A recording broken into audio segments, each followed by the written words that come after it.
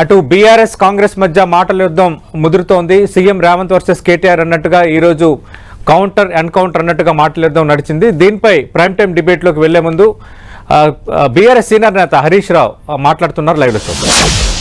ఉచిత చేప పిల్లల పంపిణీ, ఉచితంగా గొర్రెల పంపిణీ, కేసీఆర్ కిట్టు, న్యూట్రిషన్ కిట్టు, కంటి వెలుగులు, అమ్మ ఒడి, విద్యార్థులకు సన్న బియ్యంతో కడుపు నిండా అన్నం పెట్టే కార్యక్రమం, సంచార పశు వైద్యశాలలు, ఇట్లా ఒకటేంటి ఎన్నో కార్యక్రమాలు ఎన్నికల్లో హామీ ఇవ్వకపోయినా ప్రజల అవసరాలను గుర్తించి ఎప్పటికప్పుడు చేసి చూపిన ప్రభుత్వం కేసీఆర్ గారి ప్రభుత్వం. సరే, రాజకీయాల్లో ఒడిదొడుకులు ఉంటాయి, గెలుపు ఓటములు ఉంటాయి.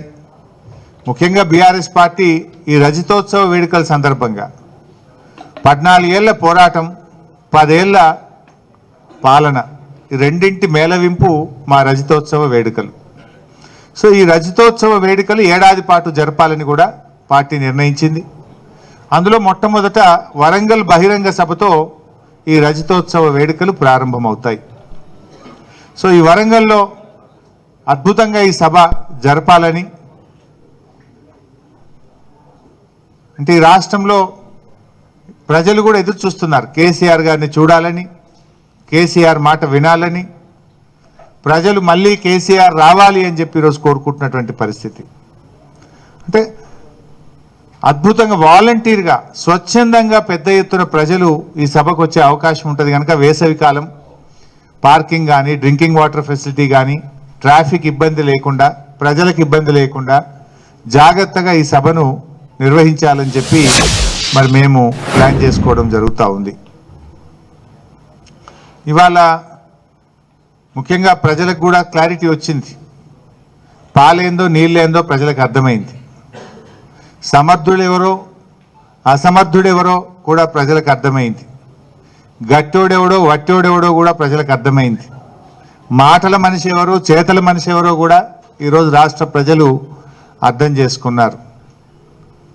తెలంగాణ అనేవాళ్ళెవరో, తెలంగాణ పదము ఉచ్చరించని వాళ్ళెవరో కూడా రాష్ట్ర ప్రజలకు ఇవాళ అర్థమవుతా ఉంది. అందువల్ల ప్రజలు ఇవాళ ఎంతో ఆసక్తిగా ఉన్నారు. మాకు సంపూర్ణమైన విశ్వాసం ఉంది. రేపు స్థానిక సంస్థల ఎన్నికలైనా, రాష్ట్రంలో ఏ ఎన్నికలు వచ్చినా కూడా తప్పకుండా ప్రజలు బీఆర్ఎస్ పార్టీని ఆశీర్వదిస్తారు. అయితే బీఆర్ఎస్ ఎన్నికలని ఒకటో, రాజకీయం అని ఒకటి కంటే కూడా తెలంగాణ ప్రజల గొంతుకగా బీఆర్ఎస్ పార్టీ ఉంటుంది. ఎందుకంటే తెలంగాణ ప్రజల ఆకాంక్షల్లో నుంచి పుట్టినటువంటి పార్టీ బీఆర్ఎస్ పార్టీ. తెలంగాణ ప్రసవించిన బిడ్డ బీఆర్ఎస్ పార్టీ. మీరు చూడండి, ఇప్పుడు మొన్న ఆంధ్రప్రదేశ్ రాష్ట్రం మేము గోదావరి వరద జలాలను ఆంధ్రాకు తీసుకొని వెళ్తాం, బంకచర్ల గోదావరి లింకును మేము తీసుకుపోతామంటే ఎవరు ప్రశ్నించిండ్రు? ఒక్క బీఆర్ఎస్ ప్రశ్నించింది.